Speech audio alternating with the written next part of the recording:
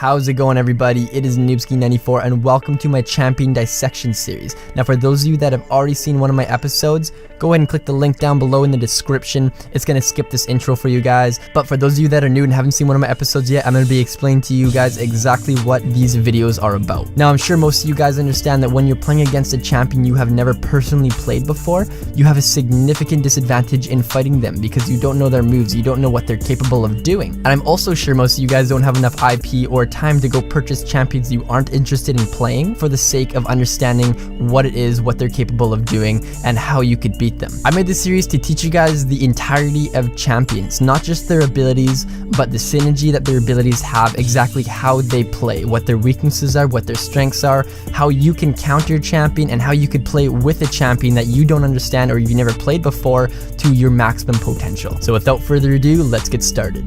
Today we're going to be dissecting Jayce. Now, Jayce is an AD assassin that typically will build like a glass cannon. He is most often seen in top and mid lane. These are the two lanes that he's most viable in. He's a very interesting champion with a very high skill cap. So first we're going to be taking a look at his moves. Taking a look at his ultimate, it is actually granted at level 1. And what it does is that it allows him to convert his weapon into either his cannon or his hammer.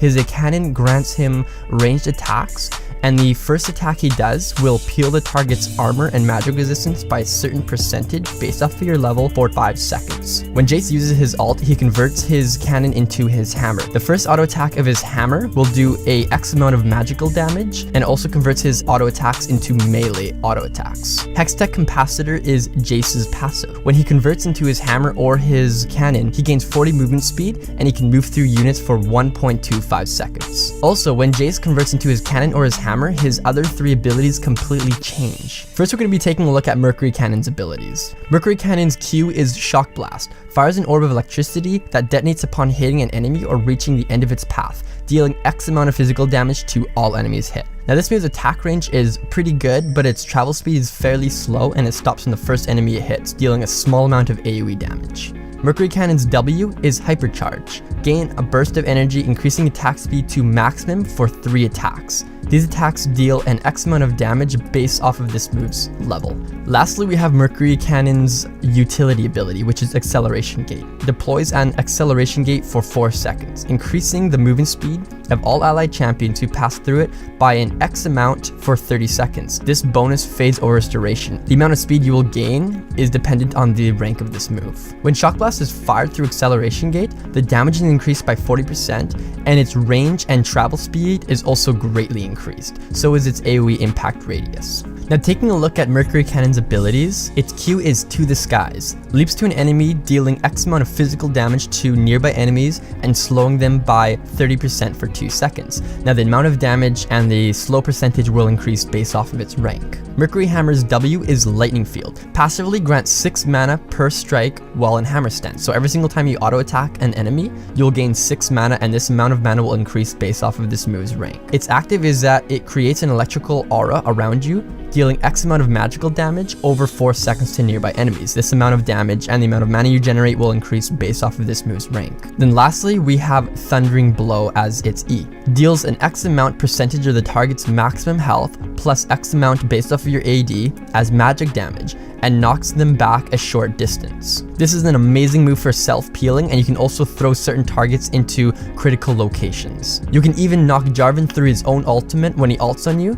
or throw champions through certain walls. Typically in lane, Jayce will be using his Mercury Cannon to farm. He's also going to be using his Shock Blast, which is a Mercury Cannon's Q, and his Acceleration Gate, which is his Mercury Cannon's E, to go ahead and amplify the Mercury Cannon's W's damage, range, and speed to poke you. Being able to dodge this move is critical for successfully laning against him. If Jayce uses this move and misses you, you are free to open up on him. You can go ahead and run in and attack him if he doesn't have a huge minion pool, because this is where most of his damage is going to come from.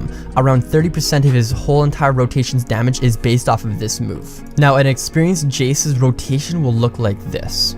Jayce will switch into his Mercury Cannon and attack you to reduce your armor and magic resistance. He's then going to hit you with a Shock Blast that is amplified by Acceleration Gate. He will then immediately pass through the Acceleration Gate and use Hypercharge. Hypercharge will allow his following 3 auto attacks to be very rapid. As soon as he uses his 3rd auto attack, he's going to convert into his Mercury Hammer. He will then follow up with To the Skies. He already has a massive amount of increased movement speed from Hextech Capacitor, which is his passive, by switching into Mercury Hammer and passing through his Acceleration Gateway. He will then apply Lightning Field for the aura of extra magical damage around him, and then position himself properly with your movement speed slow to use Thundering Blow, typically to knock you back, maybe into a tower, maybe just back away from safety. Typically by the time he finishes up his rotation in Mercury Hammer stance, you're dead.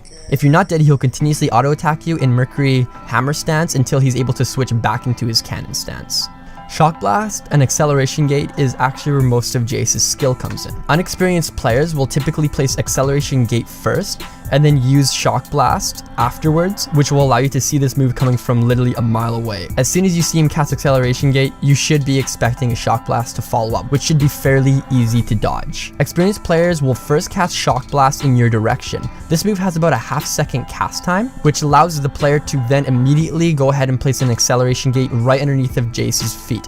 This will accelerate this move instantly. Using Acceleration Gate and Shock Blast together is very expensive in mana. If you could prevent him from landing most of these attacks on you, he'll run out of mana before he is capable of bringing you down low enough to do his complete rotation and kill you. Make sure Thundering Blow is on cooldown when you burn a gap closer such as Flash to catch Jayce. Now Jayce should typically be building into a Glass Cannon style build. He'll have very minimal defense. He is not a very effective champion when he does build tanky, which is why he's very susceptible to AP assassins or other AD assassins. Jayce is also very powerful in his burst. He doesn't have amazing sustain damage, but he has great poke and he has great burst. Jayce has a very high skill cap, so I recommend him being played by experienced players. All in all, Jayce is an extremely fun and powerful champion. He is capable of snowballing completely out of control and completely carrying the game. Thanks a lot for watching my Jayce dissection, guys. I hope you learned a lot about this champion. I hope you guys know how to completely counter him now and what to expect when you're fighting against him and know how to play him yourselves. If you did like the video, be sure to give it a thumbs up. And if you do want to see more World of Warcraft or League of Legends content, be sure to hit that subscribe button. Thanks again for watching, you guys, and I will catch you in the next video.